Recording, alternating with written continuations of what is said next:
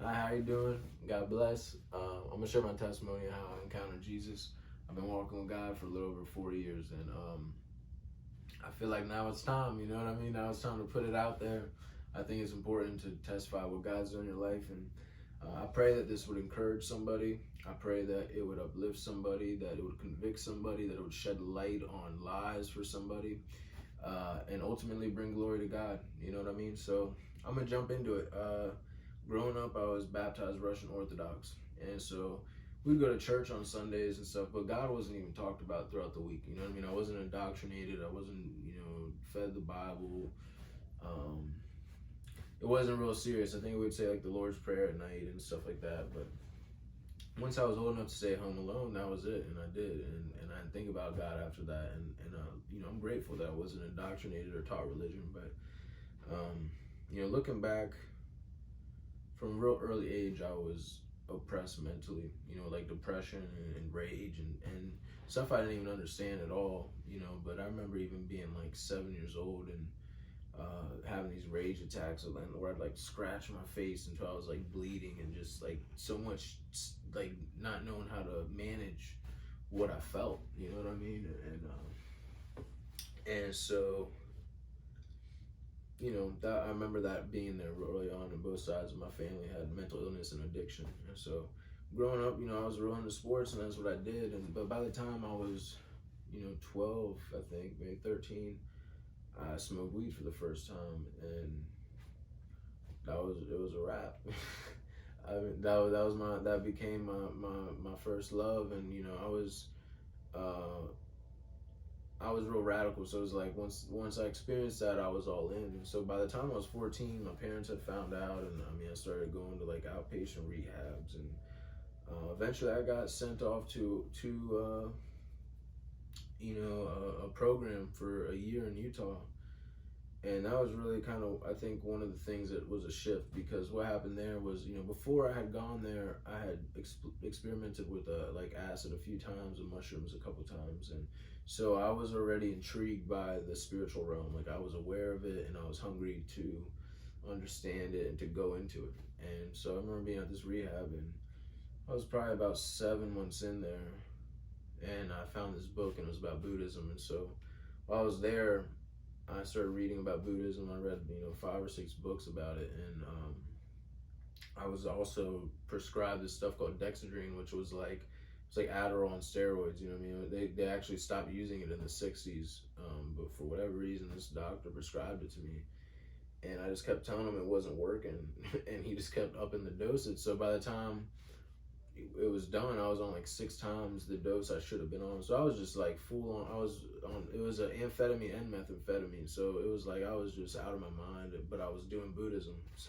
So I'd go on these like, all these I'd be meditating for hours, just super focused. And I remember I started having spiritual, experiences, and real, I thought I was being enlightened. You know what I mean? I started having real enlightened experiences, feelings in this meditation and stuff.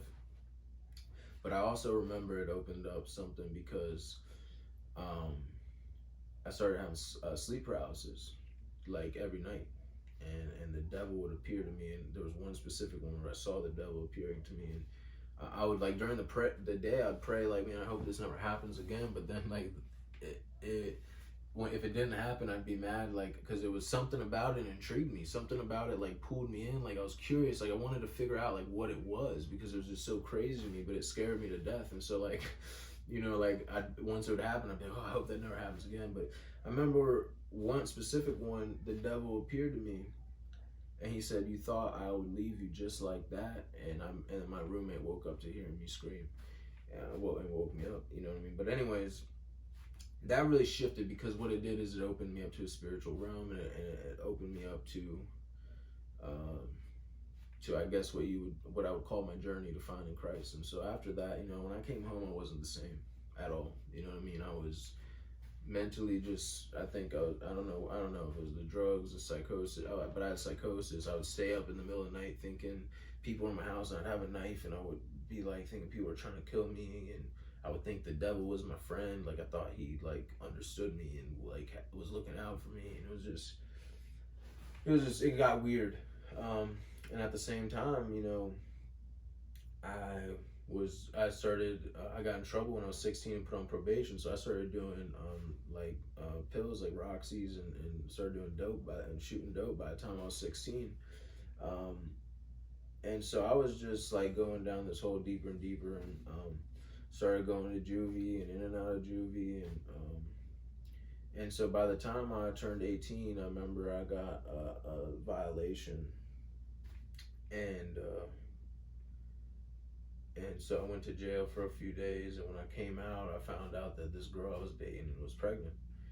And so, next thing I know, I'm having a baby, you know, and so I have this baby, and this girl moves in with me, and at this point in my life, I end up getting off probation, maybe like a year or two after, but at this point in my life, it was bad, you know what I mean? Like, I was full-blown heroin addict. I mean, at this point, I was messing around Ouija boards, just thinking they were funny, you know, like scoffing and you know, laughing at the whatever, because things, it would move, and if someone was talking to me, and I would think it was a joke, and I was, you know, just all the time. My life was a mess, you know. I'm having sleep paralysis all the time. I'm thinking demons are in my house, but you know, I'm a full-blown drug addict at this time, and at this point, you know, my parents had split up, so I'm living with my dad, and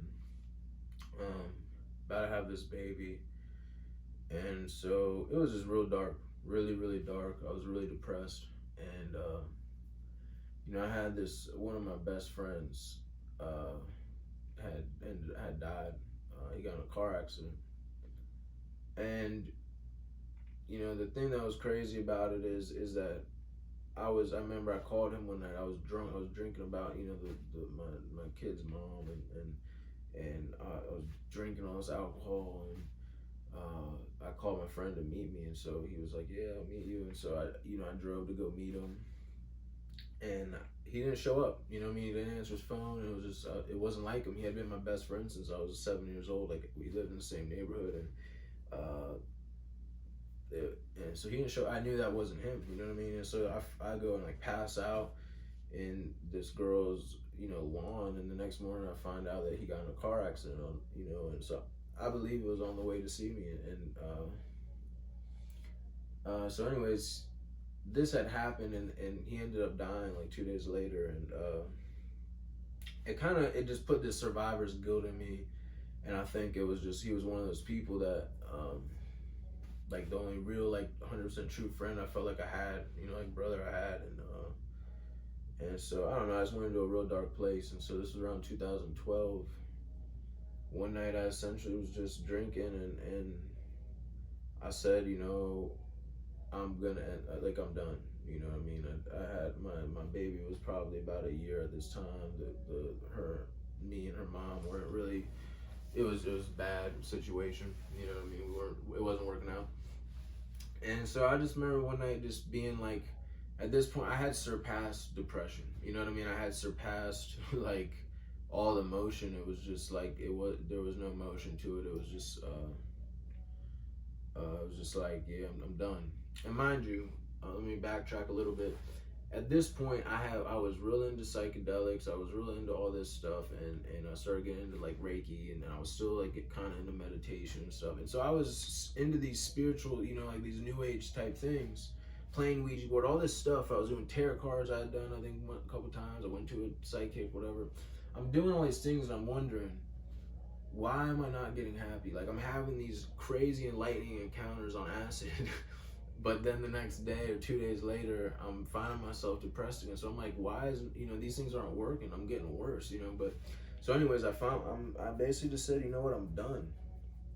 And so what I did is I didn't even think at all. Like, I just walked to my house. I grabbed a microphone cord, walked outside. It was like a Civil War. I lived in an old house on the battlefield. And so it was like this fence, and it was like a cliff. It was like a 20-foot drop, and then it was a little stream. It was like a creek, river stream, and so I just tied the microphone cord to the fence, wrapped it around my neck, walked to the end of the little cliff or whatever, and I said, "Yeah, I'm done." And I just stepped off like I was stepping off the porch or something, you know. And I remember falling and feeling it catch, and as soon as it pulled me, I remember being like, I shouldn't have done this. Like immediately, like this was bad, and this is not a good. This is like a bad situation. I shouldn't have done this. And then next thing I know, it felt like I was in a dream, and in the dream I couldn't breathe, and I was freezing cold. This is in December, the middle of freezing cold winter, and I couldn't breathe, and I'm like in this dream, like feeling like I'm in water, but I'm like, I don't know what's going on, but I couldn't really move. And then I remember looking, and it looked like there was a light coming towards me. Not a like huge light, but there was something like coming towards me. I knew it. And then next thing I knew, I was free. And I poked up and came to, and I realized I was in the water. And it instantly hit me what I did. And I climb out this, up this hill, and I mean, it broke me because I'm like, what did I do? Like I didn't even register what I was doing. You know what I mean? And so it was real supernatural, because the thing is that the rope didn't get untied. The microphone didn't get untied from the fence or from me. So I guess it had stretched, somehow. And I mean, it's stretched, I guess, double. Is the only logical explanation I could give. But what's real fascinating is that it was a 20-something foot drop into nothing but rocks and to 2 feet of water or something. And I was not hurt at all, you know what I mean? And so after that, I remember knowing at that point, there's a God, there's a purpose for me being here. Something kept me alive, something like, there's something. And so I wish I could say, after that it was like, everything was good, but it wasn't. And so long story short, I keep going down that road, keep getting high, keep doing all that stuff. And by the time I'm, I think 20, I started going to school, massage therapy school, and like 3 days before I graduated or something, I got a charge for distribution of heroin. I had, got stuff and gave it to this girl that I was, talking to or whatever, and she overdosed. And I called the ambulance, and she wakes up, she lives, and she, tells on me, and so I end up doing, 18 months in jail. And so I remember being there like, this really stuff's got to change. I'm tired of coming to jail. I'm tired of doing all this stuff. And so I started actually crying out to God in there, and it was real weird. You know what I mean? Because it was like I wasn't calling out to him real seriously. I was just entertaining him as an idea. Like Jesus was the last thing that I really wanted to entertain. You know what I mean? Because I'm into Buddha and spirituality, and I think Christianity is weird. You know what I mean? And so I'm just kind of like, yeah, Jesus, like just throwing it out there like a possibility. Like if he shows up, then cool. But I was real serious about like staying clean and all this stuff, right? So, by when I get out, I'm like, yeah, I'm gonna do things different. Well, I don't, you know what I mean? I started doing the same things, but I'm still trying to do better, you know what I mean? But one thing changed, and that one thing was I started going to church. Started going to church at least like 3 times a month with this girl, and I would go, and I remember like I would go because for whatever reason it was like I felt like I didn't have to be me. You know what I mean? Like it was a place I could go where I felt like I could be someone else. Like I felt like this peace on the days I go to church. And it was like, it was one day I could be like somebody else and escape like the craziness of my life. And so I was doing that, and I remember I would feel just this like 10% more peace in my life on the days I'd go to church. So I started going, and then after a while I had stopped going. And so I remember some time passes, right? And I end up I finally get my license back, and this is when, and this is where it gets important, because this is when God started like zeroing in on me, right? So I had started going to church, crying out for help. Jesus was not helping me. I'm saying the sinner's prayer, I'm doing the pastor, and he's not coming, nothing's working, right? But I kept doing it. I don't even know why. I think I just didn't have hope in anything, and I figured why not, and or it was his spirit, but I just kept crying out to him, and nothing was happening. And I remember I got my restricted license back, and I got a car. It was like I had it for 4 days, and I run into a fire truck right in front of my neighborhood, and so I get a DUI. I was high on Xanax, whatever, but I had a prescription, so they dropped it to a reckless. But that happens. I get out. Like 3 weeks later, I get another car, and I remember my dad even being like, "I don't have a good feeling about this." And I'm like, "It's fine, it's fine." I take the license plate off his van, put it on my car. Don't have insurance. Don't have nothing. Had a restricted license. I wasn't even really supposed to be driving at the time, but I get the car and I'm driving. 20 minutes later, I'm getting out of this intersection and change lanes, and I look like 3 times. I'm sober too, mind you. So looking, no car is there. As soon as I pull out, this car comes flying over the hill like 70 miles per hour, T-bones me, and carries me all the way through the intersection. My car turns back around somehow, lands straight, and I'm like, I just got in trouble. I'm gonna keep driving. So I started driving, but I'm looking at my car, and it's like the right side door was smashed like all the way into my driver's seat, and my registration was in the glove box, and so it was smushed in there. I knew they would find out it was me driving, so I was like, I can't. I just kind of stopped. I probably wouldn't have gone far anyways, but I get out, and so then I get arrested again for that situation, and so all these things start happening, and then next thing I know, like 2 weeks later, I end up losing my job and kicked out of the basement I was renting out. So now I'm homeless, and so within the matter of like 2 or 3 weeks, I caught like 3 charges, lose everything, and end up homeless. So now I'm on the street, and that's what I'm doing. I'm just getting high, and I got a job at TGI Fridays, and so while I'm at Fridays, I'm working there, and I was just getting high, and I was sleeping in the woods behind the Fridays. And here's where things really start getting crazy for me is I had at this time started dating a girl, and her mom was always talking to me about God and like praying for me and stuff. And I had gone to Erie one day and Pennsylvania to see my grandma, my grandpa, my uncle and stuff. And I went out one night and I got high.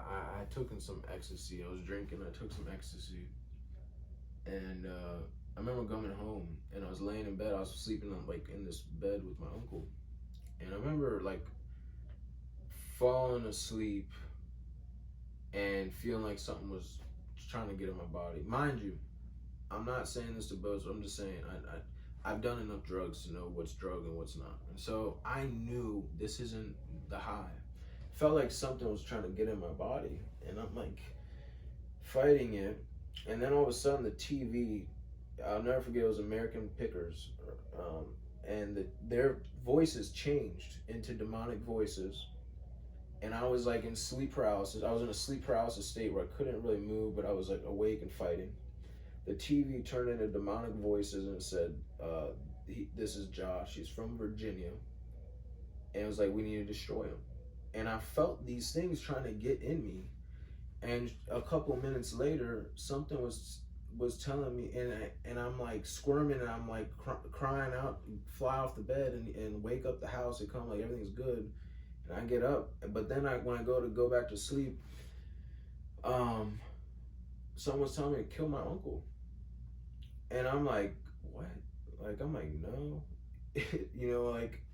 So something's telling me to squish his head, just crush his head. And I'm like, no, I would never do this. But at the same time I'm talking myself out of doing this, I find myself getting up and starting to do it. And I find myself standing over him, starting to move my hand towards his head, but then he just pops his eyes open and sees me stand, and he gets freaked out, and he's like, what the heck? And I don't know, and somehow it all ends, and I end up falling asleep, and and so that happened. And then this is probably 2 or 3 weeks later, I end up I was hanging out with these guys at the camp, and they would smoke this K2, and I remember they would get like so high and just be so out of their minds off this stuff. And I remember I was like, I didn't believe it because, you know, in my mind, I'm like, I do hard drugs. You know, like, there's no way this little stuff does that. And it's like, just take one hit. And I'm like, man, one hit. So I'd take like 2 or 3 hit, like real quick. Boom, boom, boom. And I remember as soon as I did, it was like this internal feeling of like, this wasn't a good idea. I remember walking towards my tent and falling out. And I hear them say he's going out. And then I remember just hitting the ground and starting to crawl. And then I was out. Well, this was not a dream. At this point, I had about 5 different overdoses, and they were all just black.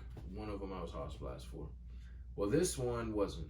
This one, I woke up, and I was in a hallway. And in the hallway, there was demons on my left, demons on my right. And I was walking through them. I was following one. But because I was so caught up in what was around me, like, where am I? I just kept following it. Like, I wasn't thinking about where I was going. I was just like, where am I going? But following this thing. And we get to this big like door, and it says to me, and it has its back to me with a hood up, and it says, 1 more step, we're almost there. And when it looked at me, it was the ugliest demon I've ever seen in my life. It had this big grin, and it was like, and it said, we're almost there, and it smiled at me. And I said, hell no. And I turned around, and when I did that, I woke up, and I was in a pool of sweat laying in my tent.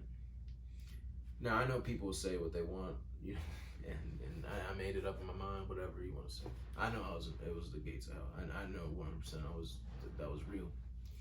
So anyways, this happens. About a week after this lady comes up to me at work and said, God says you need to see him. And I said, yeah, I know. He needs to see me. You know, like we need to get in contact somehow. So, you know, but I took it serious. I believed in God, and I'm crying out for him, you know, and so I go to this meeting one night, this AA meeting, and I leave the room and go to the church, and I just walk in, and, you know, no one's there, and I walk in up to the altar, and I'm like, here I am, you know, like, you say you need to see me, I need to see you, like, what's going on, talk to me. You know, nothing happens. I sit down at the pew, read around, just open the Bible, read it. Well, the next week I do the exact same thing. I go back to the same meeting, go to the same place, read the open thing, and I realize I've read this before. I've never read the Bible before, really. I've read maybe here and there, like 1 line or 2. And I realize I'm reading the exact same thing. I'm reading Psalm 18. And it was touching me in some type of way. And it was like, wow, like it was weird, right? And but nothing changes at all or anything. I don't find, you know, any place of repentance or anything. And I just kind of keep going with my life, but I hate it. You know what I mean? I'm like crying out to God and all this stuff, and nothing's really working. Well, one night I was planning to go to rehab and get clean. Like I'm in my own strength. Like I gotta get better, and I'm trying to get out of this homeless situation, all this stuff. I was homeless for at that point, I think like 4 months or so, and so I guess gotta stop. And so I was like, I'm gonna get high 1 more time and then go to detox the next night. Well, I get this, you know, so I get some stuff, and when I go to the hotel room, and, you know, the girl I was with at the time is like, don't do this, isn't a good idea. Like she doesn't, I'm hiding it from her, but she's like trying to tell me like, you need to stop, you know. And I remember going in the bathroom, and I had this, you know, amount of whatever, you know, dope, and the amount I had at the time, I was trying to like coming off it. So I was on Suboxone, you know, I'm trying to get off it. So I hadn't done it in a few months. And I remember the amount I had, I was like, all right, if I do all of it, it's too much. It's going to be too much. I'm going to OD. But if I just break it in half, it won't be enough. So I'm like, you know what? I said, I don't care. I'm just going to do it all. And I just didn't care. I was back to where I was in 2012, where I was like, you know what? If it happens, it happens. I just didn't care. And so I load everything up, and I remember, like, while I'm messing with the needle and stuff, I say, God, I don't know what you expect from me. This is all I know. I'm like, I don't know any other way of life. Like, I don't know what you want from me. I don't know what you expect from me. I'm calling out to you. You're not helping. You know, I'm like having these last moments with God, and then I say, you know what? So forgive me. You know, like, I don't know. So I start saying, Our Father who art in heaven, hallowed be thy name. Thy kingdom come. You know, and I say the prayer, and I hit it. And as soon as I do it, I know I get that internal. Like, this is probably my 6th overdose at this time, so I know what it feels like. And, or, you know, like when you have like this second of knowing, well, it's too much. So I say, get up, and I go to run out the door, and next thing I know, I'm in an ambulance and waking up, being revived in an ambulance. And the interesting thing is, they said someone called from the third floor, but no one was there. They're like, we couldn't find who called, like you were just there. So I wake up and I'm thinking the guy's gonna let me go, but he locks me up, and so I'm like, man, I'm out on 2 bonds fighting. I'm like, man, you're ruining my life, and everything's clicking because I have 8 years over my head. All this stuff is happening, and I'm like, man, you just ruined my life. Well, when I get to jail, and I made a comment to the cop, like, you should just let me die. And he's like, oh, you're suicidal. He's like, okay, so we're gonna put you on suicide watch. So he makes a terrible situation worse, and I'm in this cell all by myself in a turtle suit, which means I don't have underwear. It's freezing cold. They won't even give me a blanket. Just it was hell on earth. It was on my cell. It's like cold hell, and that's what it was. I was freezing my face off, and it was just terrible. And the whole time I was there for 5 days, I was crying out to Jesus. For 5 days, I'm just like, Jesus, Jesus, Jesus, Jesus, Jesus, Jesus, Jesus. Like, please help me. I just want to be a good boy. Please help me. Please help me. Please help me. And I finally get to a pod. And when I get to the pod, I sat there for a couple of days. And I just remember being like, I'm not doing this. Like, I'm not sitting in these little pods. Like, I got to do something. So they had a thing called the Mind Dome, which was a Christian program in the jail. And I'm like, man, I'm going. People are like, don't go there, man. They be snitching and all that. And I'm like, bro, I don't care. I'm not sitting here. So I go in the program. And when I get there, they had all these rules and stuff. And, I remember I was about to leave, like the second week, because they're waking us up early. I'm going through withdrawals and stuff. And I'm like, man, like, I'm about to leave. But all of a sudden, there was this voice spoke to me and said, why don't you just try? I'm like, you know what? Let me try. So I started reading my Bible. I started like engaging in what there were speakers. I started listening, and a couple weeks later, I realized I was not the same person. There was no moment. There was no, oh, I feel God. It was just one day I looked up and realized I wasn't the same person. Like, I would be in conversations with people talking about drugs and women and all this, and I would be like disgusted by it. All of a sudden, I'm like thinking about having sex before marriage, and I'd be like, I'm not doing that. Like, it was just like all these things just started changing, and I found that all I wanted to do was pray and read the Bible. That was it. I mean, here's how. Here's the best way to explain it. When I got in there the first week, I was annoyed because they would have like prayer at night. They would all like pray and read scripture, and I was like, man, this is a cult. I don't want to be here. This is crazy. By the time I left, I was there 2 months. By the time I left, people were probably getting annoyed with me because I was walking around all day trying to pray for everybody in the unit. You know what I mean? I'm trying to pray for everybody. They bring our lunch trays or whatever. I'm trying to pray for the other inmates. I'm trying to pray for everybody. You know what I mean? And I remember saying, God, if you get me out of this situation, I had 2 months. My lawyer's telling me you're looking at a good year and a half again. And I'm like, God, you know what? I don't deserve any chance. But I said, if you do get me out of here, I said, I'm laying hands on every person I see, and I'm gonna preach your word, and you know what I mean. And so one day my lawyer comes in, and I'm praying. I'm like, God, just give me a halfway house, a Christian halfway house, so that way at least when I go to court, it'll make it a little better. And so my lawyer comes, he's like, look, I got you a deal. He's like, I got you a bond to go to a bed-to-bed transfer. And so I'm like, all right. I'm like, cool. So I go, and they grant me my bond. You know what I mean? The crazy thing, while I'm in the holding cell, I'm like, this is my real test. I'm gonna pray for all these other inmates. We're getting ready to go to court, and this one dude gets saved in the holding cell, and he goes to go for a bond hearing. This dude has like 10 felony charges. I mean, he was not getting a bond at all. He had like crazy charges. So I pray for everybody in the holding cell, and every single person got a bond except for me. But this is what I'm saying. Like, this grown man is crying in my arms because this is like 2 days for Christmas. Everyone got to go home to see their family for Christmas. And that's when that was the real, like, God is real. Like when you got a grown man in jail crying in your arms because he's get to a bond that he was absolutely not getting it, because he got saved. And I remember being like, God, like show yourself mighty, like give him his bond, and he got it.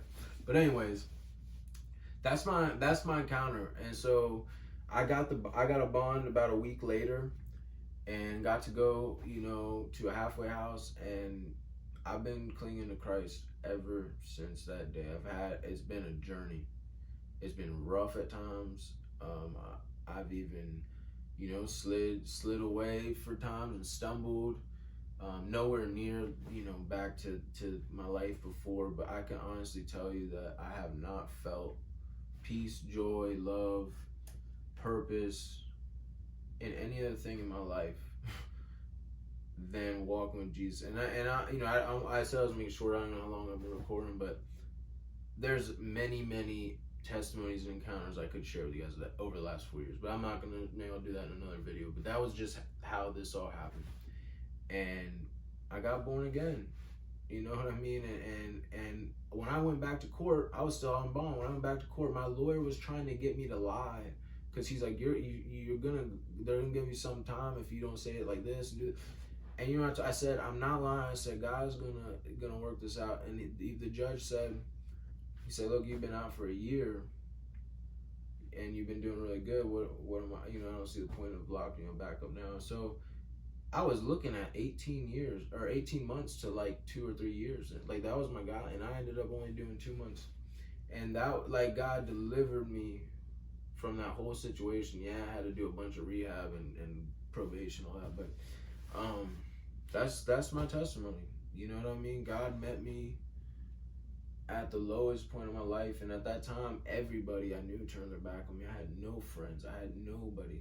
You know what I mean? And he showed up for me. You know what I mean? He really showed up for me and delivered me from addiction and all that. You know what I mean? I got freed from everything. I was bipolar before. I had severe depression. I was severely suicidal. All these things just left.